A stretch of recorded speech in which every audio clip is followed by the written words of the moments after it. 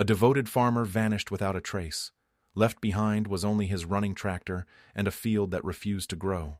Something beneath the soil had taken Harold Jensen, and whatever it was, it didn't want to stay buried.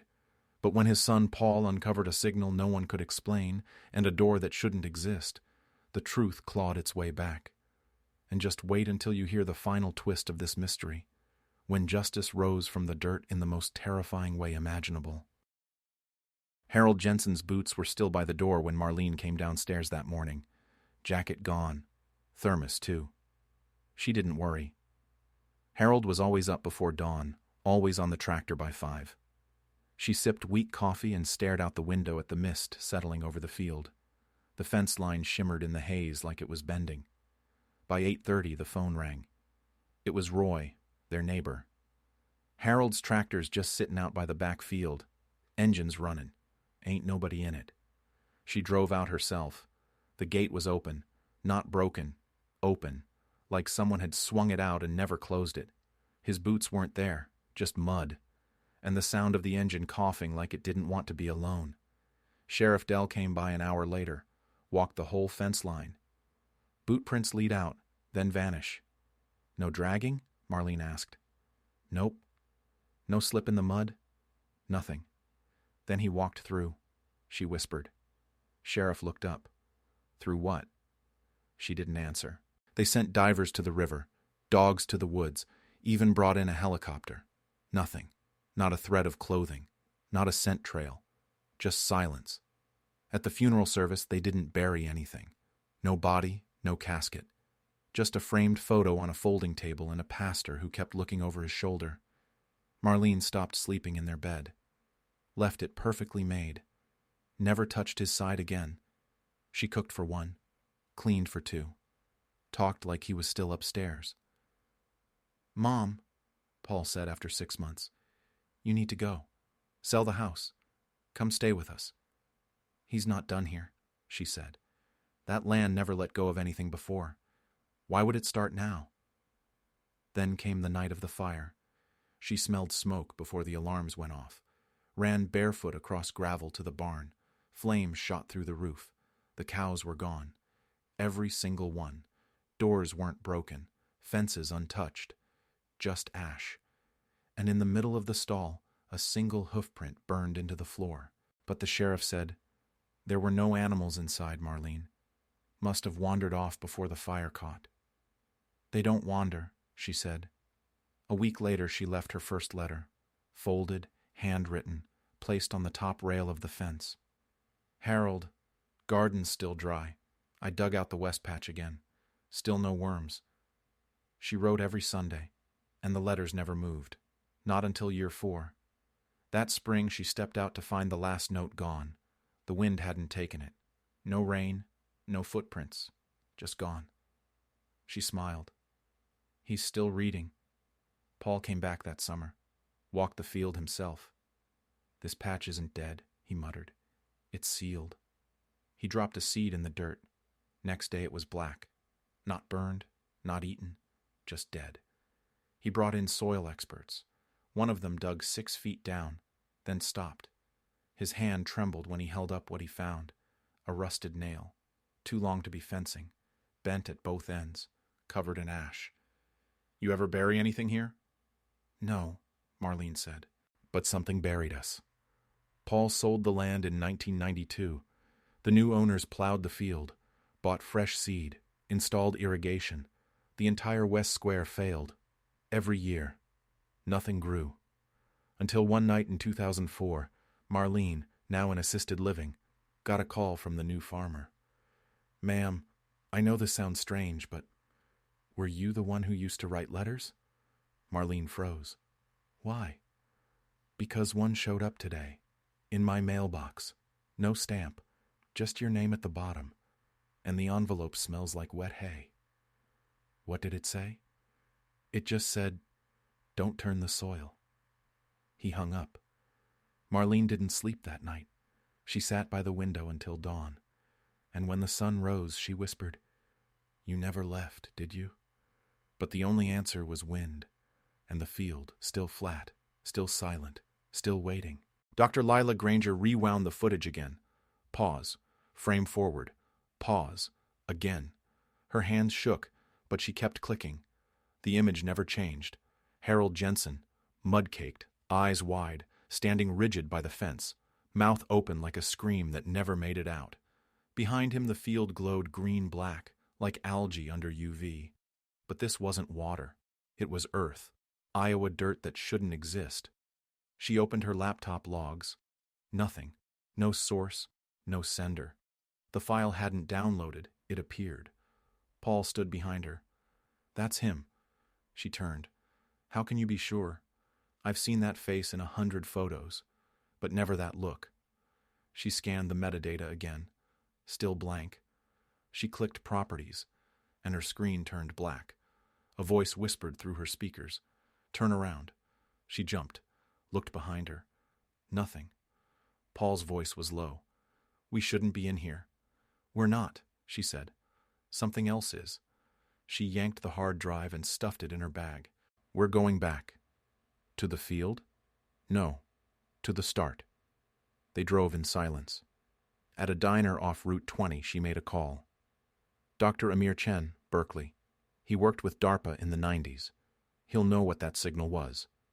Amir answered on the second ring. Lila? I need your help. I found something buried. Where? A farm in Iowa. But it's not the land I'm worried about. It's what's under it.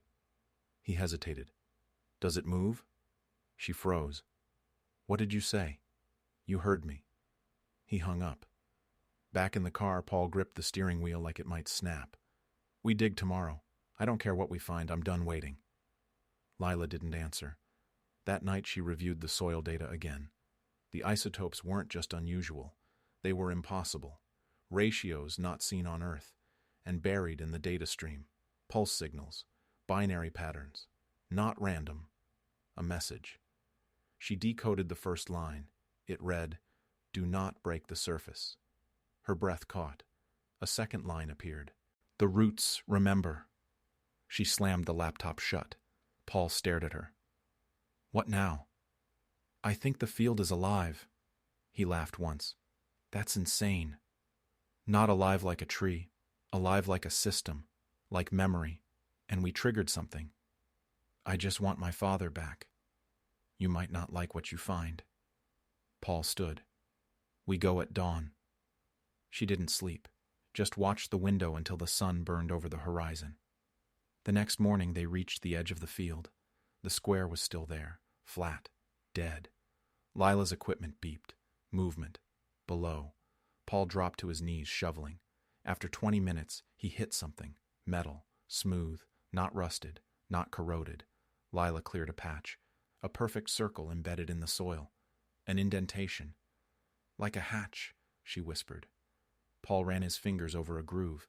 It pulsed faintly. He pressed down. It clicked. The dirt around them shuddered. The circle spun once, then opened. Inside, darkness. No ladder. No stairs. Just a slow exhale of warm air. They leaned in. Then a voice, deep and hollow. Why did you come back? Lila dropped the flashlight. Paul turned white. That was his voice. No, she said. That was something pretending to be him. Then the hatch snapped shut, and the field was silent again. They parked 2 fields over, headlights off, the air so still it felt like the sky was holding its breath. Paul handed Lila the shovel. If it's back, we dig again. She nodded, eyes locked on the square. It looked the same. Dead. But the air tasted different. Metallic. They stepped into the field. The silence cracked. A low thrum beneath their boots. Not sound. Vibration. Paul froze. Feel that? Lila crouched, touched the soil. It's humming. She dropped a new sensor. 5 seconds later, the screen lit up red. Movement again, but slower this time. Like waiting. Paul raised the rifle. Whatever's under us knew we were coming. They started digging. 10 minutes. 15. The same hiss as before. Metal, square, untouched. Paul whispered, it reset itself. Lila found the seam again. She didn't wait for permission this time. She pressed. The lid hissed open. same scent, ozone, decay. But now there were stairs, 6 of them, sharp-edged, descending into nothing. Paul looked at her. "We go together." They stepped down. The air thickened. Each stair buzzed underfoot. Then silence. The chamber opened around them like a lung inhaling. No walls, no ceiling, just void. And Harold's boots, still standing, but now facing the stairs. And something else, a chair, occupied. Not Harold, a figure in a coverall, mouth sewn shut, hands resting on a glowing black box. Lila whispered, "That's not a man." The figure turned its head, not with muscles, with memory. Like it remembered being human, it raised one hand, pointed behind them. Paul turned. The stairs were gone. They were sealed inside. "No, no, no, no, no, no." Lila stepped forward. "What is this place?" The figure didn't answer, just tapped the black box once. The lights blinked. A voice filled the void. Harold's voice, but younger. "I tried to close it," Paul screamed. "Dad? I told them not to dig. They didn't listen." The voice shifted. Now it was Paul's. "I just want my father back." Then Lila's. "It's alive, like memory." Then silence. The boots tipped over, empty. The figure stood, and behind it, another door opened. Inside, cornfields, perfect rows, stretching forever. Paul whispered, "That's not Iowa." Lila nodded. "It's where they go." The figure walked into the field, then stopped, waited. For them. The light turned green.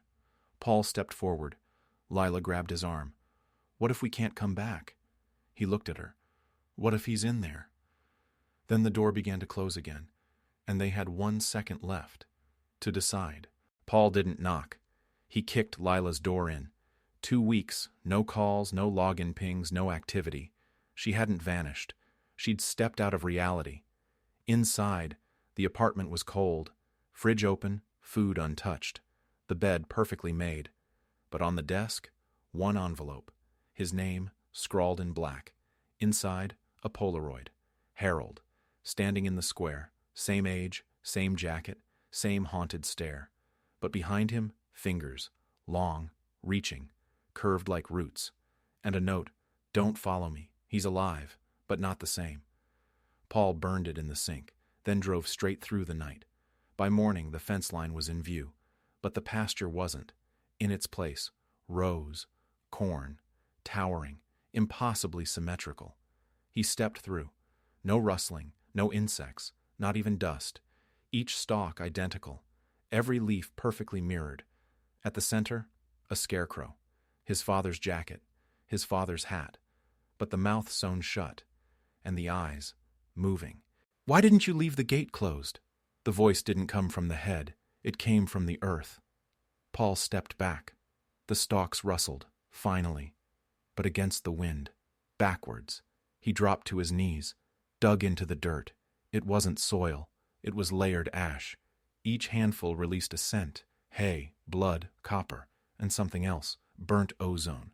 The square hadn't just grown, it had fed. He stood, turned. The path behind him was gone, just more corn. He ran, left, then right, always back to the center. The scarecrow waited. Paul screamed, "What do you want?" The scarecrow raised one arm. A cassette recorder dropped from the stalk. Cracked, mud-caked. He picked it up, pressed play. Lila's voice. "They don't bury you, they root you." Another voice, Harold's. "Don't dig, don't ask, don't answer." Then static. Then a new voice, not human. "Gate, closed or opened. It remembers." He threw the recorder. It shattered. The scarecrow blinked again. Then its seams tore open. Inside, empty, except for a tongue. Still wet, still twitching. Paul ran through the rows until his lungs burned. Then silence. He stumbled out, onto the road. The square behind him, still pulsing. He never spoke of that day. But every year, same day, same time, he returned, left a letter on the fence, never crossed again. Others tried. They never came back. And the square, it moved. Next year, Nebraska, then Kansas, Then Illinois, always perfect, always for one satellite frame, and always glowing.